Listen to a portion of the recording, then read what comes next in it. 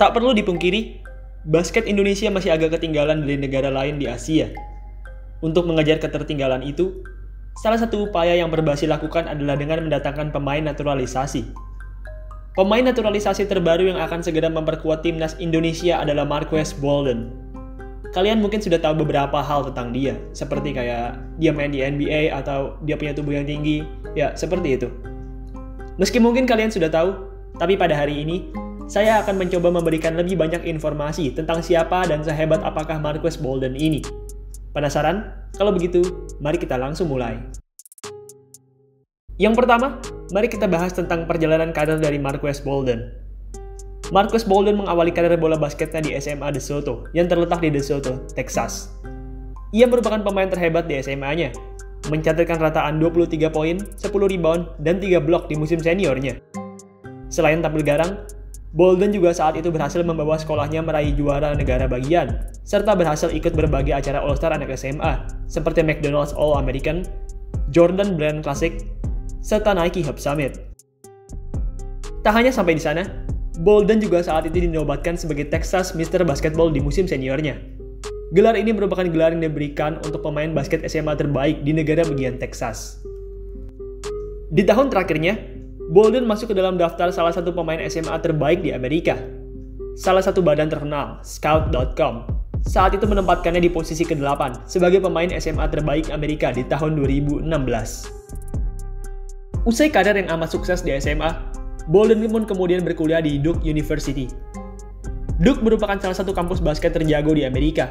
Setiap tahunnya, Duke selalu berhasil memproduksi pemain NBA berkualitas. Bolden sendiri berkuliah selama 3 tahun di Duke, dan selama itu, ia sempat setim dengan beberapa calon pemain NBA hebat seperti Jason Tatum, RJ Barrett, Marvin Bagley, hingga Zion Williamson. Di Duke, Bolden merupakan seorang center pelapis yang handal melakukan blok. Iya, Bolden ini merupakan jenis pemain defender. Ia lebih memfokuskan dirinya untuk bermain defense. Salah satu bukti dari defense kerasnya ini adalah pada musim terakhirnya di Duke, di mana ia saat itu mencatatkan 1,7 blok per game. Itu merupakan rataan blok tertinggi kedua di Duke. Rataannya saat itu hanya lebih rendah sebesar 0,1 dari rataan pemain bintang, Zion Williamson. Bolden sendiri hanya bermain selama 3 tahun di Duke, dan selama itu, ia berhasil mencatatkan rata-rata 3,8 poin, 3,3 rebound, dan 1,1 blok per game.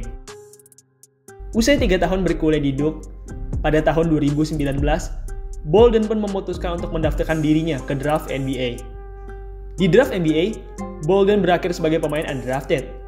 Meski tak terpilih, tapi Bolden masih mendapat kesempatan saat itu.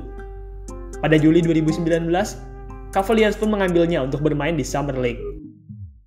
Bolden tampil impresif di Summer League. Saat itu, ia berhasil memimpin tim Summer League-nya Cavs dalam urusan blok.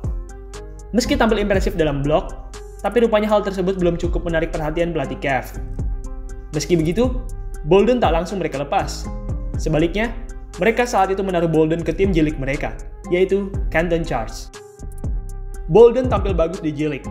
Saking bagusnya, pada Januari 2020, Cavaliers pun akhirnya saat itu memasukkan Bolden ke roster utama mereka. 1 Februari 2020 menjadi debut Bolden di NBA. Bolden hanya bermain sebentar di debutnya ini. Saat itu, ia hanya dimainkan di saat pertandingan tersisa 2,5 menit. Meski hanya bermain sebentar, tapi Bolden tetap berhasil memberikan kontribusi. Saat itu, ia berhasil mencetak 2 rebound dan 1 steal. Pertandingan tanggal 1 Februari 2020 itu rupanya merupakan pertandingan pertama dan terakhir Bolden di musim 2019-2020. Usai pertandingan tersebut, Bolden tidak pernah lagi dimainkan oleh sang pelatih. Pada Desember 2020, Bolden pun mendapat two-way kontrak dari Cavaliers. Dengan kontrak ini, Bolden pun akan bermain di G-League dan NBA di musim 2020-2021. Bolden mendapat menit bermain yang lebih banyak di musim NBA keduanya ini. Ia juga saat itu sempat mencetak beberapa poin di beberapa pertandingan yang ia lakoni. Sayangnya, Bolden tidak punya waktu yang panjang di Cavs.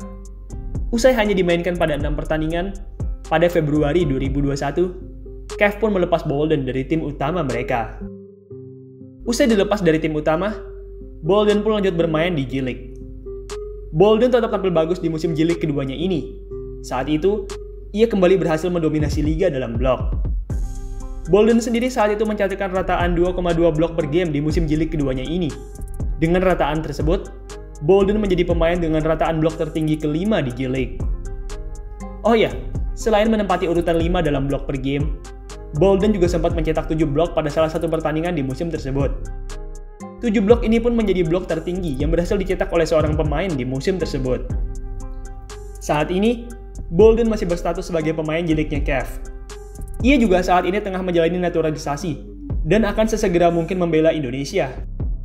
Bolden masih berusia sangat muda.